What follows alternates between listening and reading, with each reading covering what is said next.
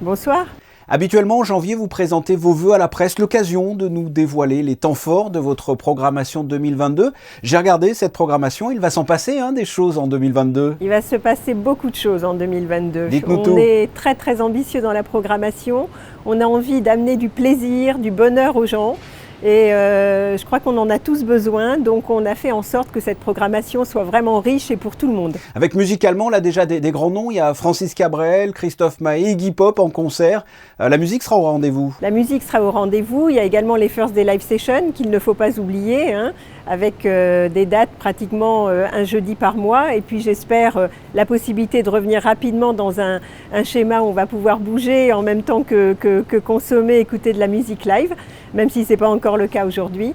Donc oui, de la musique, de la danse aussi, avec des ballets classiques. En avril, une très belle création faite par Svetlana Zakharova, qui est une icône de la danse classique du Bolchoï, qui a créé sa propre compagnie, qui crée un spectacle autour de la vie de Gabrielle Chanel avec les costumes réalisés par Chanel, et je pense que ça va être un très joli moment. Autre rendez-vous dont vous avez envie de parler, il va y avoir d'autres choses? Des arrivées, d'abord le Salon du Livre qui se déplace chez nous. On est ravis de les accueillir pour leur 10e édition, ce sera pour le mois d'avril.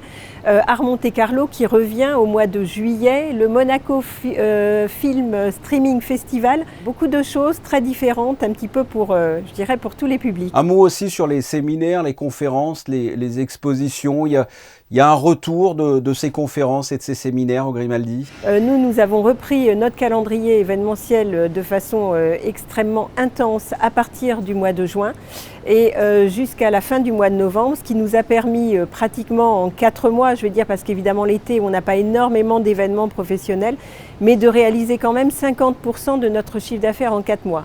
Donc c'est quand même extrêmement satisfaisant dans un contexte qui était difficile. Et cette année donc pour poursuivre un calendrier extrêmement tenu aussi et dense. Dès le mois de janvier, on a déjà accueilli un très gros congrès la semaine dernière.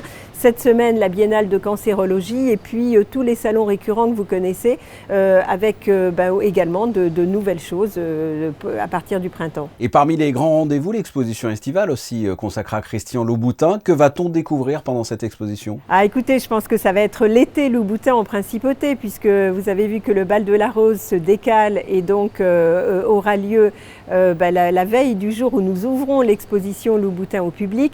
C'est une bulle de bonheur, de plaisir, cette exposition. C'est vraiment un univers extrêmement coloré, des sources d'inspiration multiples qui viennent du monde entier que Christian Louboutin nous propose pour nous expliquer effectivement comment il crée. Une paire de Louboutin, tout le monde sait ce que c'est comme les frigidaires, vous voyez ce que je veux dire. Donc ça, c'est vraiment des créateurs incroyables qui ont su amener une respiration, une créativité, une inventivité folle depuis toutes ces années. Et c'est tout cela qu'on va retrouver dans une scénographie vraiment extrêmement attractive, interactive pour tous les publics. C'est pas que pour les dames, l'exposition Christian Louboutin, il y a vraiment un parcours pour tout le monde. Et de façon plus générale, comment le Grimaldi Forum surfe sur la vague sanitaire? Comment est-ce que vous arrivez à jongler avec cette crise quand on ne sait pas trop ce qui va se passer, quand on ne connaît pas trop l'avenir? Vous savez, ça fait déjà 2 ans maintenant qu'on surfe sur cette crise. Donc en fait, je crois que le maître mot, c'est la flexibilité. La flexibilité dans l'univers événementiel.